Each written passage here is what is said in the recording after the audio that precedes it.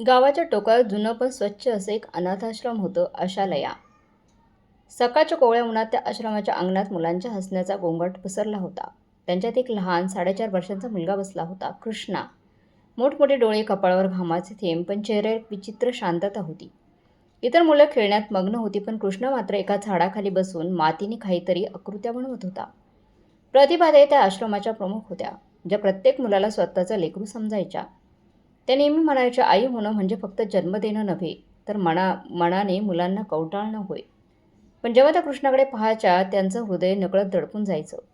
त्या मुलाच्या डोळ्यात काहीतरी अनोळखी वेदना होती. जणू तो कोणाला शोधत होता, पण सापडत नव्हता. त्या दिवशी सकाळी प्रतिभाबाई जेवणाच्या ताटात पोळी ठेवत असताना कृष्ण आला. बाई, माझी आई कधी येईल? त्याने हळू आवाजात विचारलं. प्रतिभाताई थबकल्या. त्यांच्या छोट्या डोळ्यात प्रश्न होताच, पण त्यात एक विश्वासही होता. कृष्णा, तुझी आई नक्की येईल रे, पण त्यासाठी तुला खूप छान मुलगा बनायचा आहे. मी होईल, पण ती ओळखेल ना मला? नक्की ओळखेल. आई आपल्या लेकराला कुठेही ओळखते. कृष्णा त्या उत्तराने थोडासा आनंदित झाला, पण त्याचं मन पुन्हा शांत बसलं नाही. तो दररोज आश्रमाच्या टिकेटकडे बघायचा. कोणती स्त्री आली की त्याची नजर तिकडेच धावायची, पण प्रत्येक वेळी त्याची आशा अपूर्ण राहायची. प्रतिभाबाई रात्रीच्या वेळी मुलं झोपल्यावर बराच वेळ कृष्णाकडे पाहत बसायच्या. तिच्या मनात एक गुपित होतं. कृष्णा इथे कसा आला हे फक्त त्या जाणत होत्या. त्याच्या आईला परिस्थितीने तो सोडून द्यावा लागला होता, पण प्रतिभाबाईंना नेहमी वाटायचं की एक दिवस ती स्त्री परत येईल. म्हणूनच त्या कृष्णाकडे आईसारखं प्रेम देत असल्या तरी त्याच्या मनातील आईची जागा त्या घेऊ इच्छित नव्हत्या. त्या रात्री वाराच जोरात सुटला होता. आश्रमातील खिडक्या आवाज करत होत्या. कृष्णा उठला आणि खिडकीतून बाहेर पाहू लागला. काळोखात वीज चमकली आणि त्याने क्षणभर एका स्त्रीचा चेहरा पाहिला. जणू ती त्याला हाक देत होती. तो घाबरून प्रतिभाबाईंकडे धावला. बाई, माझी आई आली होती, तो घाबरलेल्या आवाजात म्हणाला. त्या त्याला कवेत घेत म्हणाल्या, अरे नाही रे, ते स्वप्न होतं. पण कदाचित देवाने तुला दाखवलं असेल की ती खरोखर कुठेतरी आहे. कृष्ण त्यांच्या कुशीत शिरला आणि म्हणाला, मी तिला शोधणार. प्रतिभाबाईंच्या डोळ्यात पाणी आलं. त्या स्वतःला सावरत म्हणाल्या, हो, पण आधी मोठा हो, शिक आणि मग शोध. त्या रात्री कृष्ण शांत झोपला, पण प्रतिभाबाई मात्र उशाशी बसून त्याच्या केसांवर हात फिरवत राहिल्या. त्यांचं मन कुजबुजत होतं. देवा, या लेकराला त्याची आई पुन्हा दे. मी फक्त आईची सावली देऊ शकते, पण आई नाही होऊ शकत. त्या रात्रीपासून कृष्णाचा प्रवास सुरू झाला, आईच्या शोधाचा. स्वतःच्या ओळखीच्या शोधाचा आणि तो वचनाचा जो त्याने नकळत दिला होता. मी मोठा होऊन माझी आई शोधणार. सकाळचं ऊन अंगणात पसरलं होतं. आश्रमातल्या मुलांचा गोंधळ, गाणी आणि हास्य याने वातावरण आनंदित झालं होतं. त्या दिवशी कृष्णासाठी खास दिवस होता. त्याचा शाळेचा पहिला दिवस. प्रतिभाबाईंनी स्वतः त्याचा गणवेश नीट करून दिला. केस विंचरले आणि गळ्यात टाय बांधून दिला. बघ ना प्रतिभाबाई, मी शाळेत जाणार. कृष्ण आनंदाने म्हणाला, हो रे माझ्या शूर कृष्णा, पण लक्षात ठेव, शिकणं म्हणजे फक्त अक्षर वाचणं नव्हं, तर माणूस होणं. कृष्णा गंभीर शरीराने मान हलवतो आणि हातात छोटीशी बॅग घेत बाहेर पडतो. शाळेच्या पहिल्या दिवशी त्याला सगळं नवं वाटलं.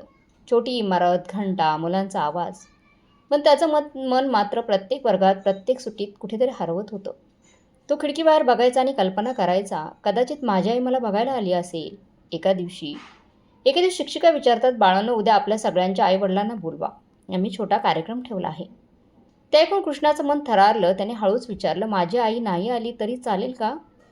शिक्षिका क्षणभर शांत राहिल्या. हो चालेल रे, तू कुणालाही घेऊन ये, जसं तुला योग्य वाटेल. दुसऱ्या दिवशी कृष्णासोबत प्रतिभाबाई शाळेत गेल्या. इतर मुलांची आई बाबा आपली मुलं कवेत घेत होती. त्यांना बघून कृष्णाच्या डोळ्यात पाणी आलं. पण प्रतिभाबाई त्यांच्या शेजारी उभ्या राहिल्या. हात त्याच्या खांद्यावर ठेवून म्हणाल्या, मी नाही का तुझ्यासोबत रे?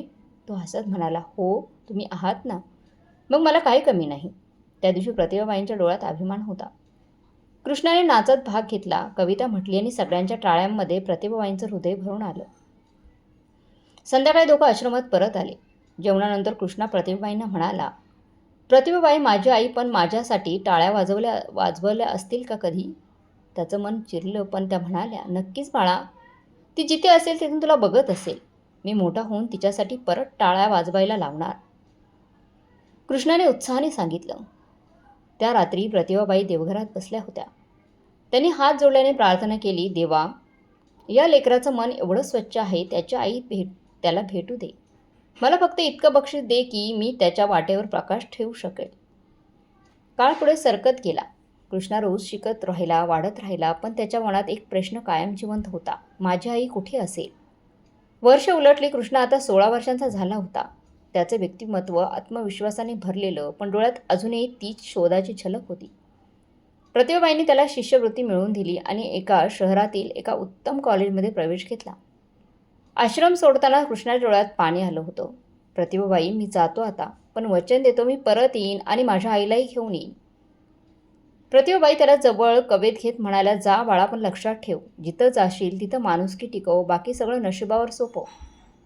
शहरातल्या जीवनाची सुरुवात कृष्णासाठी नवी होती. गर्दी, गोंगाट आणि लोकांच्या धावपळीत त्याला सुरुवातीला अवघड वाटलं, पण त्याने स्वतःला सावरलं. कॉलेजात तो पुढे अभ्यासात पुढे होता.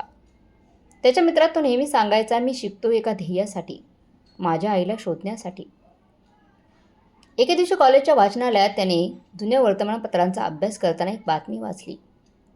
वर्षापूर्वी गावाजवळ एका स्त्रीने मुलाला आश्रमात सोडले. त्यात बातमीतील काही तपशील त्याला परिचित वाटले. गावाचं नाव, तारखाई जवळजवळ त्याच्या जन्माच्या काळातील. त्याचं हृदय आता धडधडायला लागलं. कदाचित हीच माझी आई असेल, त्याने मनाशी विचार केला. त्याने त्या जुन्या पत्रकाराचा पत्ता शोधून काढला आणि भेटायला गेला. वृद्ध पत्रकाराने आठवण काढत सांगितलं, हो, मला आठवतं, त्या स्त्रीचं नाव माया होतं. गरीब घरातील. नवऱ्याच्या मृत्यूनंतर ती पूर्ण कोसळली होती. छोटं लेकरू पोटात आणि जगायचं काही साधन नव्हतं. म्हणून तिने ते मूल आश्रमात सोडलं. ते आता कुठे असेल? कृष्णाने उत्कंठाने विचारलं. शेवटचं ऐकलं होतं की ती पुण्याजवळ एका शाळेत काम करते. नाव बदलून रीना देशमुख ठेवलं असावं. ते नाव ऐकून कृष्णाच्या अंगावर शहारे आले. रीना देशमुख, त्याने नकळत विचार केला, हे नाव मी ओळखतो, प्रतिभाबाई. क्षणभर तो थिजून गेला. आठवणीचा पूर त्याच्या मनात उसळला. ती त्याचं रक्षण करायची, तिचं प्रेम, तिचं सांत्वन म्हणजे प्रतिभाबाईच माझी आई होती. त्या क्षणी त्याच्या डोळ्यातून अश्रू वाहू लागले. सगळं आयुष्य ज्या शोधात गेलं, ती व्यक्ती तर त्याच्याजवळ होती. तो तात्काळ आश्रमाकडे निघाला. ट्रेनच्या खिडकीतून बाहेर पाहताना त्याचं मन असंख्य भावनांनी भरून आलं. प्रेम, वेदना आणि अपार कृतज्ञता. मी आईला भेटणार आहे. त्याने मनाशी ठरवलं. ट्रेनचा आवाज, खिडकीबाहेर वेगाने मागे सरकणाऱ्या झाडं, शेतीकडे पाहताना कृष्णाचं मन अस्वस्थ झालं होतं. प्रत्येक स्टेशनवर त्याचं हृदय धडधडत होतं. मी माझ्या आईला भेटणार आहे. तीच प्रतिभाबाई आहेत का खरंच? हा प्रश्न पुन्हा पुन्हा मनात येत होता. काही तासांनी ट्रेन आश्रमाजवळच्या छोट्या स्टेशनवर थांबली. कृष्णाने उतरताच पहिलं पाऊल जमिनीवर ठेवलं आणि त्याचं हृदय कापरलं. प्रत्येक वाट, प्रत्येक वळण त्याला बालपणीच्या आठवणी दाखवत होतं. तो धावतच आश्रमाच्या गेटपर्यंत पोहोचला. तेच जुनं गेट, तीच झाडं आणि अंगणात खेळणारी मुलं. पण फरक एकच होता, त्या अंगणात आता प्रतिभाबाई नव्हत्या. कृष्णाने घाईघाईने एका मुलाला विचारलं, प्रतिभाबाई कुठे आहेत? मुलगा हळू आवाजात म्हणाला, त्या गेल्या 2 दिवसांपासून आजारी आहेत. आतल्या खोलीत डॉक्टर आले.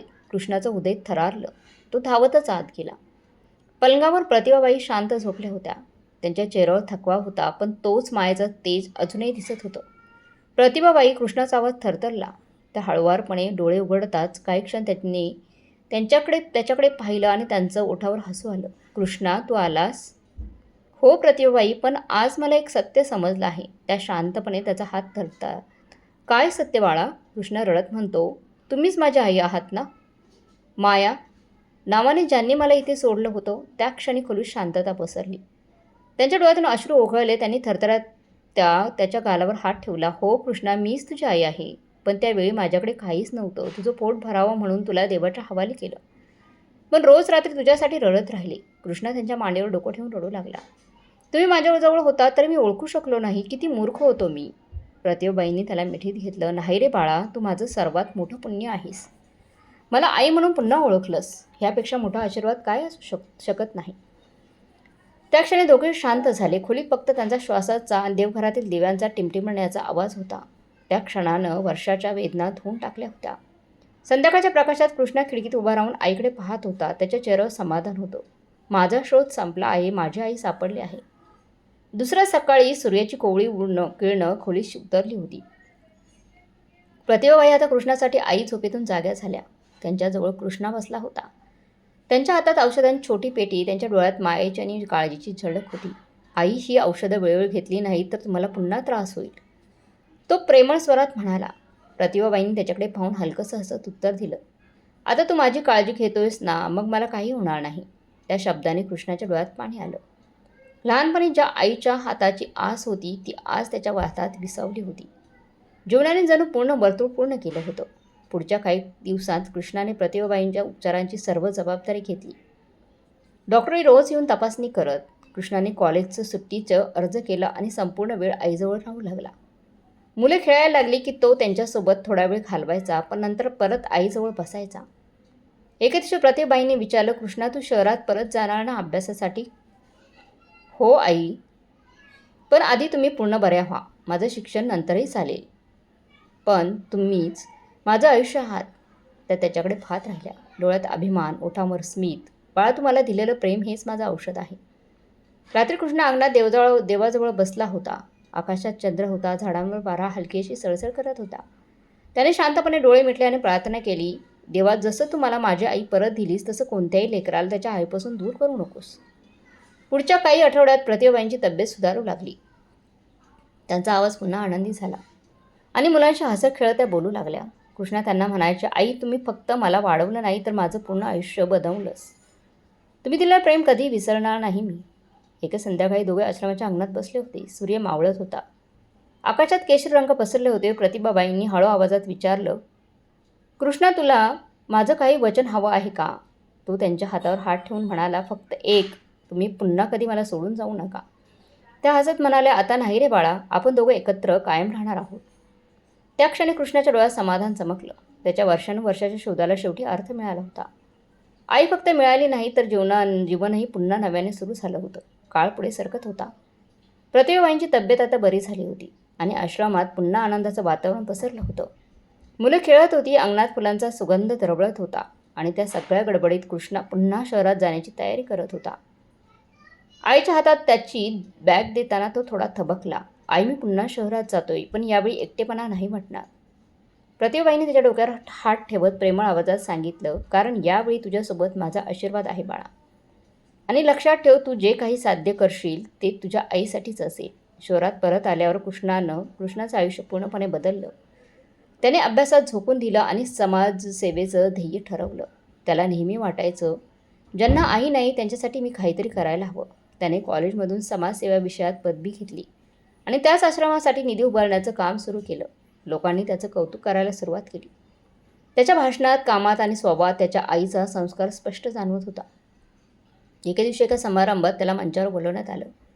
त्यानं माईकसमोर उभं राहून सांगितलं, माझं बालपण आश्रमात केलं, पण मी कधी अनाथ नव्हतो, कारण माझ्यासोबत माझी आई होती. जरी ती स्वतःला प्रतिभाबाई म्हणून घेत होती, आज मी जे काय आहे ते त्यांच्या मायेचं फळ आहे. त्यांनी शिकवलं, प्रेमाने माणूस जग बदलू शकतो. संपूर्ण सभागृह टाळ्यांच्या आवाजाने भरून गेलं. उपस्थित लोकांच्या डोळ्यात पाणी आलं. काही जण तर शांतपणे म्हणाले, हा मुलगा खरंच आईचं ऋण फेडतोय. त्या रात्री कृष्णाने आईला फोन केला, आई, आज मला पुरस्कार मिळाला, पण माझा खऱ्या अर्थाने पारितोषिक म्हणजे तुम्ही.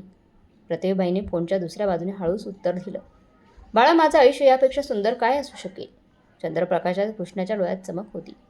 तो आता समाजासाठी प्रेरणा झाला होता, पण त्याच्या अंतःकरणात अजूनही तीच ओळख होती, आईचा मुलगा. कृष्णाचा आयुष्याचा प्रवास सुंदर चालू होता, पण त्याचं मन शांत नव्हतं. एका सकाळी त्याला फोन आला. प्रतिभाबाईंना हलकीची तब्येत बिघडली होती. तो लगेच आश्रमात पोहोचला. प्रतिभाबाईंच्या डोळ्यात चिंता होती, पण चेहरा अजूनही सौम्य हसं. कृष्णा जवळ गेला आणि तिच्या हाताला पकडून म्हणाला, आई, तुम्ही का नाही सांगितले की तब्येत बिघडली आहे? मी लगेच मदत करायला आलो असतो.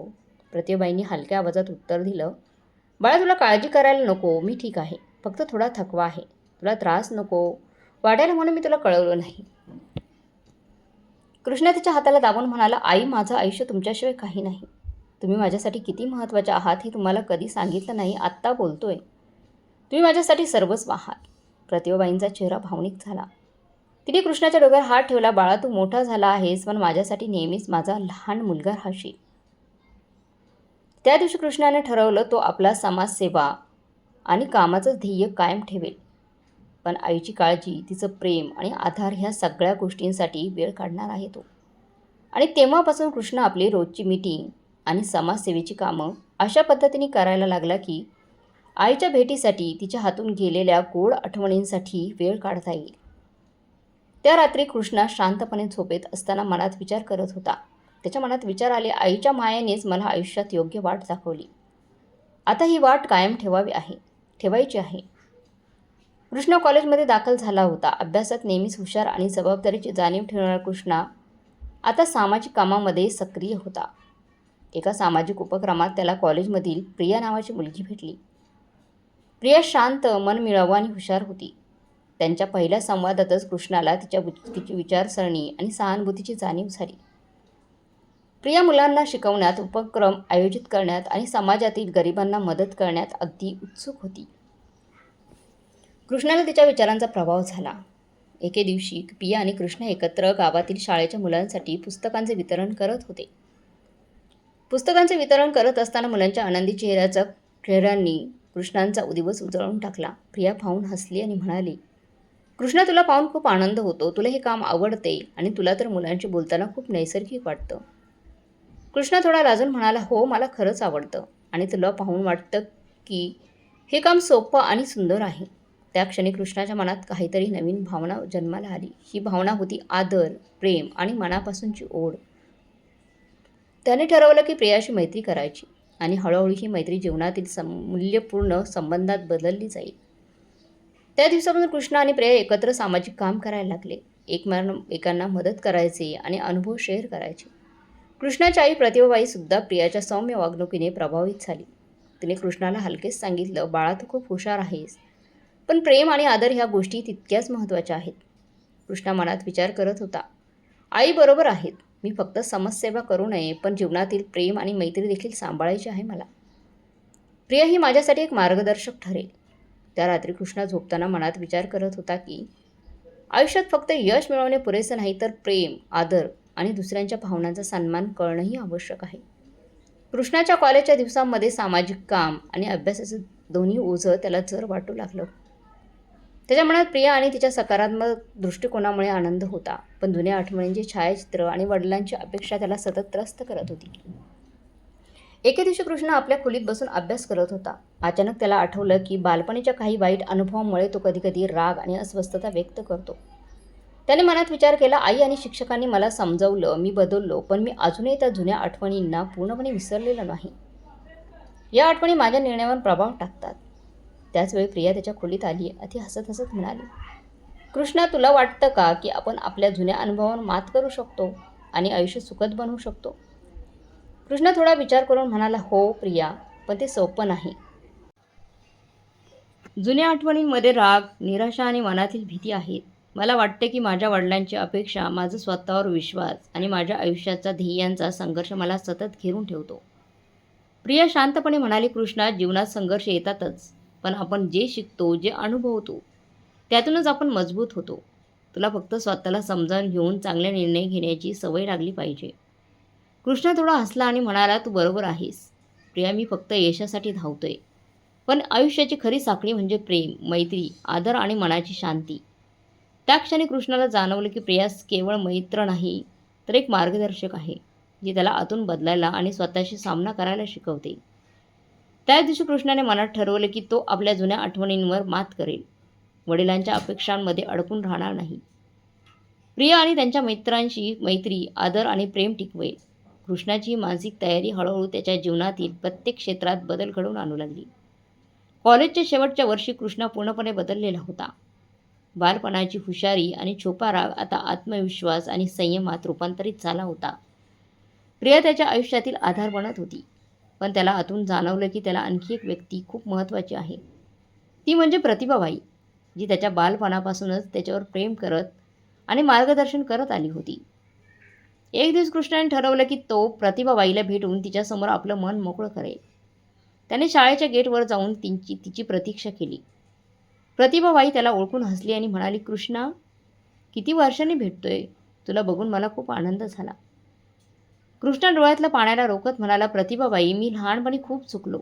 मी माझ्या रागाने, वाईट वर्तनाने अनेकांना खूप त्रास दिला, पण तुम्ही मला समजावून घेतलं, चांगला मार्ग दाखवला आणि मला बदलण्याची संधी दिली. आज जर मी मोठा झालोय, पण हे सर्व फक्त तुमच्यामुळे शक्य झाले. प्रतिभाबाई हसत म्हणाली, कृष्णा, मी फक्त मार्गदर्शन केलं, खरं काम तुझ्या हातांनी केलं होतं. मी तुझ्यावर गर्व करतो.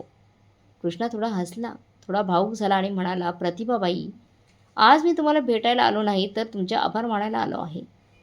मी जितकाही यशस्वी झालो त्यातला एक भाग तुम्हाला जाईल. प्रतिभाई डोळे अद्र करत हसली आणि म्हणाल्या, कृष्णा, तुला पाहून असं वाटत होतं की बालपणीची गुंतागुंत, संघर्ष, राग आणि त्रास सारे आता एका सुंदर आठवणीत रूपांतरित झाले आहेत. तू बदललास, मोठा झालास आणि आतून परिपक्व झालास. त्या दिवशी शाळेच्या गार्डनमध्ये कृष्णा आणि प्रतिभापासून जुन्या आठवणींवर चर्चा करत, भविष्यावर योजनावर बोलत एकमेकांशी भावनिक संवाद त्यांनी साधले. कृष्णाला जाणवले की जीवनात खरा बदल फक्त बाहेरून नाही, आतून होतो. शाळेतील त्या छोट्या चौथ्या च्या मुलाने त्यांचा राग आणि हुशारीमुळे शिक्षकांना त्रास दिला. आज एक जबाबदार, विचारशील आणि प्रेमळ तरुण तो बनला होता.